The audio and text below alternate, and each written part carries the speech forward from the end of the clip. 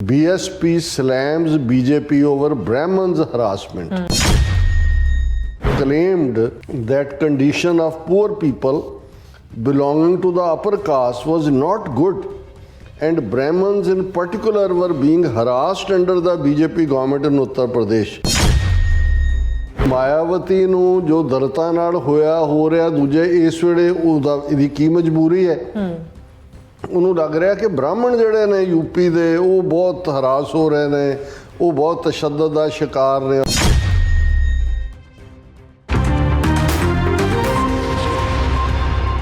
ਦਰਸ਼ਕੋ break ਤੋਂ ਬਾਅਦ ਤੁਹਾਡਾ ਸਭ ਦਾ ਭਰਪੂਰ ਸਵਾਗਤ ਹੈ। ਸੋ ਇਸ ਗੱਲਬਾਤ ਕਰਨ ਜਾ ਰਹੇ ਹਾਂ ਕਿ ਬਾਬੂ ਕਾਂਸ਼ੀ ਰਾਮ ਨੇ ਬਹੁਜਨ ਸਮਾਜ ਪਾਰਟੀ ਯਾਨੀ ਕਿ BSP ਦੀ ਸਥਾਪਨਾ ਕੀਤੀ ਸੀ ਔਰ ਕਾਂਸ਼ੀ ਰਾਮ ਦਾ ਕਹਿਣਾ ਸੀ ਕਿ ਬ੍ਰਾਹਮਣਵਾਦ ਹੀ ਸਭ ਪੁਆੜੇ ਦੀ ਜੜ ਹੈ।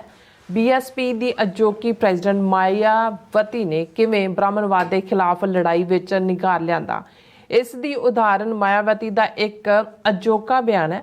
ਔਰ ਮਾਇਆਵਤੀ ਨੇ BJP ਸਰਕਾਰ ਤੇ ਦੋਸ਼ ਲਾਇਆ ਕਿ ਉਹ ਕਿਵੇਂ ਬ੍ਰਾਹਮਣਾਂ ਤੇ ਕਿਵੇਂ ਜਿਹੜੇ ਉਹ ਤਸ਼ੱਦਦ ਕਰ ਰਹੀ ਹੈ ਅਤੇ ਉਹਨਾਂ ਨੂੰ ਹਰਾਸ ਕਰ ਰਹੀ ਹੈ। ਸੋ ਇਸ ਬਾਰੇ ਆਪਾਂ ਗੱਲਬਾਤ ਕਰਨ ਜਾ ਰਹੇ ਹਾਂ। ਸੋ ਅਸੀਂ ਚਾਹਾਂਗੇ ਕਿ ਤੁਸੀਂ ਇਸ ਤਰ੍ਹਾਂ ਬੜੇ ਰਹਿਣਾ ਦੇਖਣ ਸੁਣ ਲਈ ਲਿਖਣ ਲਈ ਤੁਹਾਡਾ ਸਭ ਦਾ ਬਹੁਤ ਬਹੁਤ ਧੰਨਵਾਦ ਜੀ। ਰਾਜ ਸਾਹਿਬ ਕੀ ਕਹਿਣਾ ਚਾਹੋਗੇ? ਦੇਖੋ, ਕਦੇ ਅਲਾਮਾ ਇਕਬਾਲ ਨੇ ਬਾਂਗੇ ਦਰਾ ਦੇ ਵਿੱਚ ਆਪਣੀ ਲਿਖੀ ਨਾਨਕ ਨਜ਼ਮ ਦੇ ਵਿੱਚ ਇਹ ਕਿਹਾ ਸੀ ਕਿ ਆਹ ਸ਼ੂਦਰ ਕੇ लिए हिंदुस्तान गम खाना है, दर्द इंसानी से इस बस्ती का दिल बेगाना है, ब्राह्मण सरशार है अब तक मए पिंदार में, शमाए गौतम जल रही है महफिल अग्यार में। ਹੁਣ ਇਹ ਸਾਰਾ ਬੇਸ਼ੱਕ ਅਲਟੀਮੇਟਲੀ ਗੁਰੂ ਨਾਨਕ ਸਾਹਿਬ ਨੂੰ ਉਹਨਾਂ ਨੇ ਟ੍ਰਿਬਿਊਟ ਦਿੱਤੀ ਸੀ, ਪਰ ਇਸ ਲੱਛਣ ਨੂੰ ਉਹਨਾਂ ਨੇ ਆਇਡੈਂਟੀਫਾਈ ਕੀਤਾ ਸੀ ਕਿ ਸ਼ੂਦਰ ਜਿਸ ਨੂੰ ਬ੍ਰਾਹਮਣ ਦੀ ਡਿਗਰੀ ਨੇ ਬਣਾਇਆ, ਡਿਕਰੀ ਨੇ, ਉਹਦਾ ਮੁਲਕ ਕੋਈ ਨਹੀਂ ਹੈ ਜਿੱਥੇ ਉਹ ਰਹਿ ਰਿਹਾ। ਉਹਦੇ ਲਈ ਮੁਲਕ ਦਾ ਨਾਂ ਗਮ ਖਾਨਾ ਹੈ ਕਿ ਉਹਦੇ ਕੋਲ ਗਮ ਤੋਂ ਬਿਨਾਂ ਕੁਛ ਨਹੀਂ ਹੈ। ਉਹਦੇ ਸਾਰੇ ਹੱਕ ਖੋਹ ਲਏ ਗਏ ਨੇ, ਉਹਨੂੰ ਡੰਗਰਾਂ ਤੋਂ ਬਦਤਰ ਹਾਲਤ ਦੇ ਵਿੱਚ ਸੁੱਟਿਆ ਗਿਆ ਕਿ ਉਹਦੇ ਲਈ ਸ਼ੂਦਰ ਦੇ ਲਈ ਇਸ ਲਈ ਗਮਖਾਨਾ ਹੈ ਕਿ ਜਿਹੜੇ ਇਸ ਧਰਤੀ ਦੇ ਬਛਿੰਦੇ ਨੇ, ਖਾਸ ਤੌਰ 'ਤੇ ਜਿਹੜੇ ਰੂਲ ਗਿਵਰ ਨੇ ਬ੍ਰਾਹਮਣ, ਉਹਨੂੰ ਪਤਾ ਹੀ ਨਹੀਂ ਹੈ ਦਰਦੇ ਇਨਸਾਨੀ ਸੇ ਇਸ ਬਸਤੀ ਕਾ ਦਿਲ ਬੇਗਾਨਾ ਹੈ।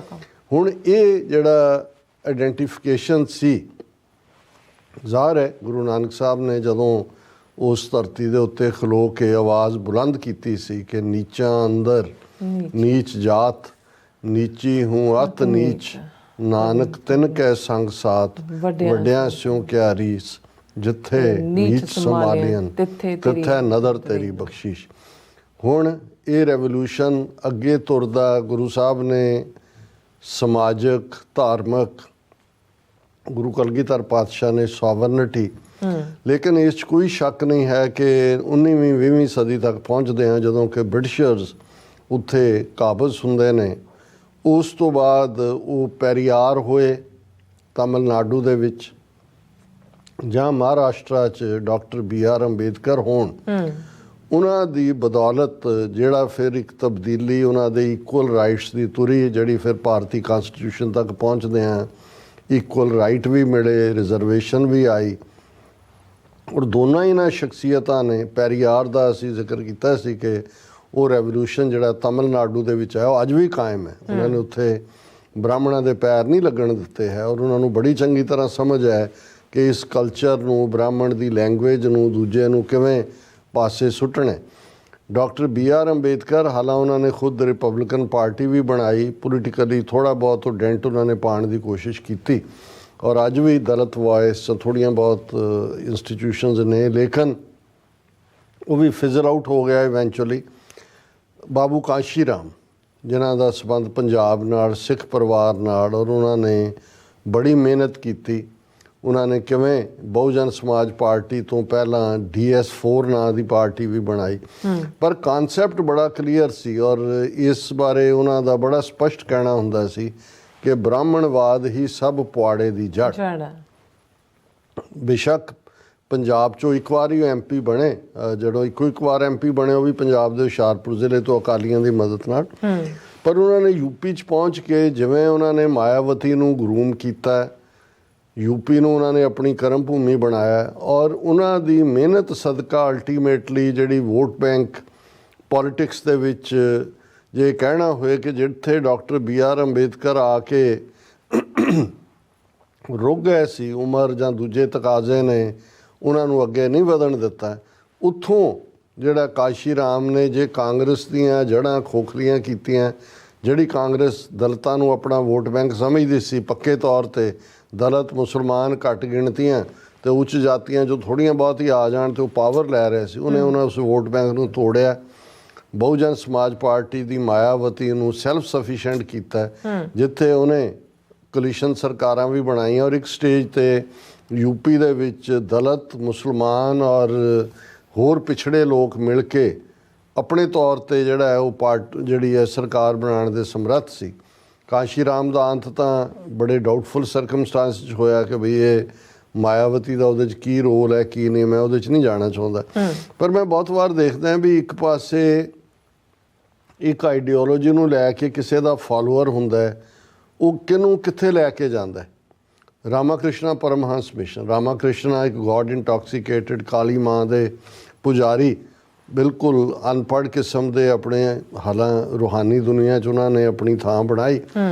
ਉਹਨਾਂ ਨੂੰ ਇੱਕ ਫਾਲੋਅਰ ਮਿਲਿਆ ਨਰਿੰਦਰ, ਵਕਾਲਤ ਕਰਦਾ ਮੁੰਡਾ, ਜਿਹੜਾ ਬਾਅਦ ਦੇ ਵਿੱਚ ਸਵਾਮੀ ਵਿਵੇਕਾਨੰਦ ਬਣ ਕੇ ਜਿਹੜਾ ਅਮਰੀਕਾ 'ਚ 1893 'ਚ ਵਰਲਡ ਪਾਰਲੀਮੈਂਟ ਆਫ ਰਿਲੀਜਨਸ 'ਚ ਆਇਆ। ਔਰ ਅੱਜ ਜੇ ਦੁਨੀਆ ਭਰ 'ਚ ਰਾਮਾਕ੍ਰਿਸ਼ਨਾ ਪਰਮਹੰਸ ਮਿਸ਼ਨ ਨੇ ਤੇ ਉਹਨਾਂ ਦਾ ਆਧਾਰ ਇਹੀ ਹੈ ਕਿ ਵਿਵੇਕਾਨੰਦ ਨੇ ਆਪਣੇ ਗੁਰੂ ਰਾਮਕ੍ਰਿਸ਼ਨ ਪਰਮਹੰਸ ਦੀ ਆਵਾਜ਼ ਨੂੰ ਇੰਟਰਨੈਸ਼ਨਲ ਪ੍ਰਸਿੱਧੀ ਦਿੱਤੀ।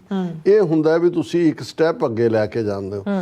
ਹੁਣ ਜੇ ਕਾਂਸ਼ੀ ਰਾਮ ਨੇ ਮਿਹਨਤ ਕੀਤੀ ਮਾਇਆਵਤੀ ਤੇ, ਉਹਨਾਂ ਨੂੰ ਜ਼ਰੂਰ ਸੀ ਉਹਦੇ 'ਚ ਪੋਟੈਂਸ਼ੀਅਲ ਵੀ ਨਜ਼ਰ ਆਇਆ ਔਰ ਉਹਨੇ ਕਾਮਯਾਬੀ ਦੇ ਨਾਲ ਪਾਵਰ ਵੀ ਪਰ ਜੇ ਤੁਹਾਡੇ ਕੋਲ ਪਾਵਰ ਆਈ, ਤੁਸੀਂ ਕਰਪਟ ਹੋ ਜਾਓ, ਪਰਿਵਾਰਵਾਦ ਤੁਹਾਡੇ 'ਚ ਆ ਜਾਏ ਤੇ ਫਿਰ ਹੌਲੀ ਤੁਸੀਂ ਆਪਣੀ ਆਈਡੀਓਲੋਜੀ ਦੇ ਨਾਲ ਹੀ ਜਿਹੜਾ ਉਹਨੂੰ ਬਿਟਰੇ ਕਰਨ ਲੱਗ ਜਾਓ ਤੇ ਫਿਰ ਉਸ ਦੀ ਜੇ ਉਦਾਹਰਣ ਦੇਖਣੀ ਹੋਏ ਤਾਂ ਮਾਇਆਵਤੀ ਹੈ। ਔਰ ਮੈਨੂੰ ਹੈਰਾਨੀ ਹੋਈ ਅੱਜ ਜਦੋਂ ਮੈਂ ਮੀਡੀਆ ਦੇ ਵਿੱਚ, ਹਾਲਾਂਕਿ ਮੈਨੂੰ ਪਤਾ ਹੈ ਕਿ ਬਈ ਜਿਹੜਾ ਬੰਦਾ ਕਰਪਟ ਹੁੰਦਾ ਉਹ ਫਿਰ ਦਬਾਅ ਥੱਲੇ ਹੁੰਦਾ ਹੈ। BJP ਨੇ ਮਾਇਆਵਤੀ ਨੂੰ ਸਿਰ ਨਹੀਂ ਚੁੱਕਣ ਦਿੱਤਾ, ਉਹ ਹੈ ਤਾਂ ਬੜੀ ਸ਼ਰੂਡ ਪੋਲੀਟੀਸ਼ੀਅਨ ਹੈ, ਫਾਈਲਾਂ ਉਹਨੂੰ ਦਿਖਾ ਦਿੰਦੇ ਨੇ ਕਿ ਆਹ ਤੇਰਾ ਕੰਮ ਹੈ ਤੇ ਆਹ ਫਲਾਣਾ। BSP slams BJP over Brahmins harassment। ਔਰ ਇਹ ਹੈ ਕਿ ਮਿਰਜ਼ਾਪੁਰ 'ਚ ਬਹੁਜਨ ਸਮਾਜ ਪਾਰਟੀ ਦੀ ਚੀਫ ਮਾਇਆਵਤੀ ਉਹ ਕਹਿ ਰਹੀ ਹੈ, claimed that condition of poor people belonging to the upper caste was not good and Brahmins in particular were being harassed under the BJP government in Uttar Pradesh।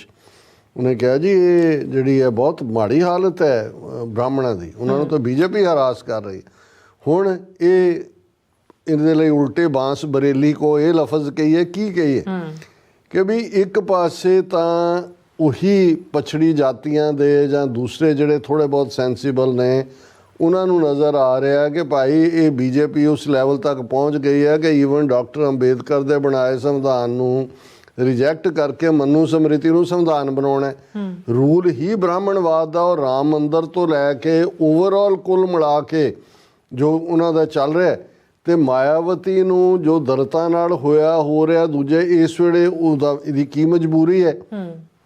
ਉਹਨੂੰ ਲੱਗ ਰਿਹਾ ਕਿ ਬ੍ਰਾਹਮਣ ਜਿਹੜੇ ਨੇ ਯੂਪੀ ਦੇ ਉਹ ਬਹੁਤ ਹਰਾਸ ਹੋ ਰਹੇ ਨੇ, ਉਹ ਬਹੁਤ ਤਸ਼ੱਦਦ ਦਾ ਸ਼ਿਕਾਰ ਨੇ। ਔਰ ਦੂਸਰਾ ਇਹ ਹੁੰਦਾ ਜਦੋਂ ਤੁਸੀਂ ਆਪਣੇ ਆਸ਼ੇ ਨਾਲੋਂ ਟੁੱਟਦੇ ਹੋ, ਸੱਚ ਨਾਲੋਂ ਟੁੱਟਦੇ ਹੋ ਤੇ ਫਿਰ ਉਹ ਪੰਜਾਬੀ ਦਾ ਅਖਾਣ ਕਿ ਵਕਤੋਂ ਖੁੰਜੀ ਡੂਮਣੀ ਗਾਵੇ ਆਲ ਪਤਾਲ, ਮੇਰੇ ਆਲ ਪਤਾਲ ਹੀ ਹੈ। ਹੁਣ ਬ੍ਰਾਹਮਣ ਵਿਕਟਮ ਹੈ ਉਸ ਖਿੱਤੇ ਦੇ ਵਿੱਚ, ਕੌਣ ਉਹਨਾਂ ਨੂੰ ਕਰ ਰਿਹਾ ਬ੍ਰਾਹਮਣ ਨੂੰ ਵਿਕਟਮਾਈਜ਼? BJP ਕਰ ਰਹੀ। ਤੁਸੀਂ ਵਾਟ ਅ ਸ਼ੇਮ। ਜੀ ਲਾਲ ਸਾਹਿਬ ਤੁਹਾਡਾ ਬਹੁਤ ਬਹੁਤ ਸ਼ੁਕਰੀਆ। ਸੋ ਥਲੇ ਬ੍ਰੇਕ ਵਿਊਅਰਸ, ਤੁਸੀਂ ਕਿਤੇ ਨਹੀਂ ਜਾਣਾ, ਮਿਲਦੇ ਹਾਂ ਛੋਟੇ ਬ੍ਰੇਕ ਤੋਂ ਬਾਅਦ।